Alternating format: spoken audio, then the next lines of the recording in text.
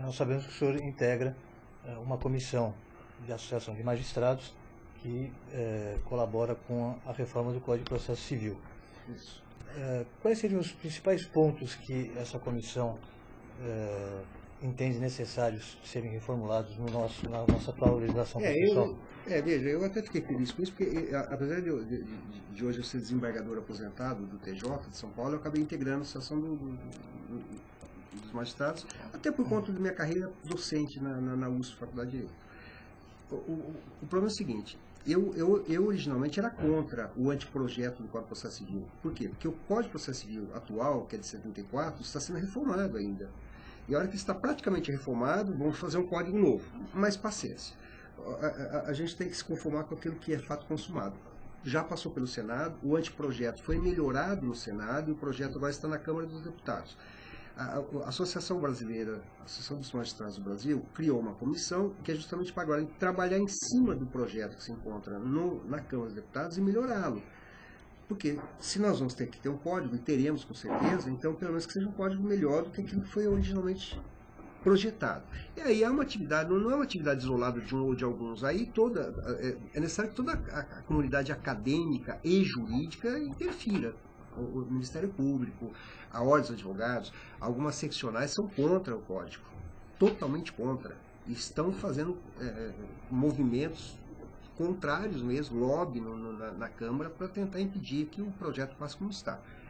Eu particularmente entendo que, como agora são favas contadas, o projeto vai virar lei, então vamos tentar colaborar na melhoria daquilo que nós temos. Agora, é muito ruim para o estudante. Isso aconteceu comigo. Eu fiquei 5 anos estudando processo civil na faculdade, a hora que eu me formo, eu mudo o código. E tudo que eu aprendi, eu tive que reaprender. Então, o que está vendo? Está vendo o projeto do Código de Processo Penal, o projeto do Código de Processo Civil, estão falando um código comercial, projeto de um código comercial. Isto é, você estuda 5 anos de faculdade e a hora que você se forma, você vai prestar concurso, vai trabalhar, mudou tudo.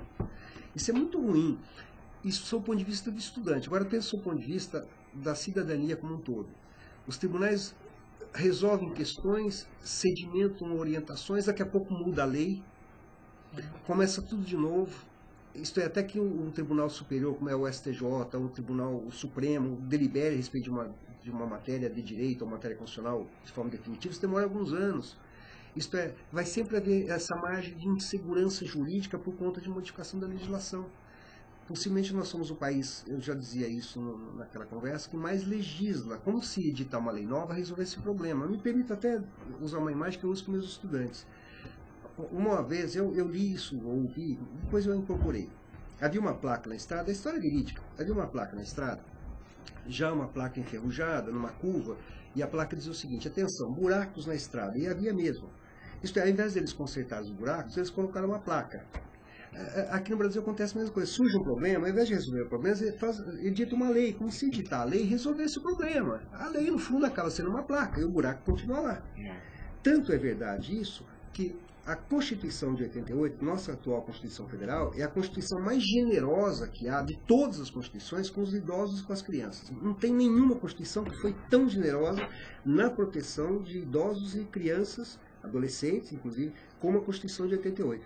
E por conta desta proteção que a Constituição confere, é fácil perceber, os colegas todos estão aí sabem, que de 88 para cá a gente não vê mais criança pedindo esmola, nem idoso passando necessidade. Por quê? Porque a Constituição diz que isso não pode acontecer.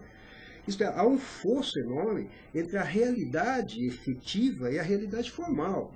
Em Brasília existe a realidade formal. E o resto do país vive na realidade que nós temos, que é a realidade efetiva. Eu não acho que essa Constituição de 88 ela foi muito mais analítica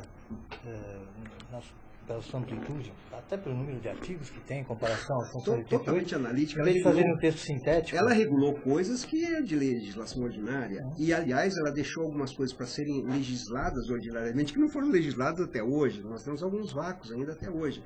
Agora, ela representou um momento histórico daquilo que nós saímos. Nós estamos saindo de uma ditadura militar. E ali foi uma necessidade do Constituinte de deixar claro e de expressar de forma por meio de cláusulas pétreas mesmo, quais são os nossos direitos, quais são as nossas garantias. Nessa medida, foi uma bela Constituição. Agora, ela realmente é muito analítica. E ela mereceria reforma, tanto que ela vem sendo reformada. A Constituição norte-americana, que é do século XVIII, acho que tem 20 e tantas emendas, poucos. A Constituição brasileira, a última de 88, ela já está com 60 e tantas emendas constitucionais, o que demonstra que a sua observação de que é analítica demais é correta, absolutamente correta. Né? Então, não sei contar o nosso tempo, vou fazer uma pergunta direcionada aqui para ele. O senhor é contra ou a favor da decisão do Supremo, como disse Paulo Brossard, cúmplice, não se discute, mas, na sua opinião, é necessário diploma para exercer a profissão de jornalista? Por devido respeito, acho que não. Eu acho que não.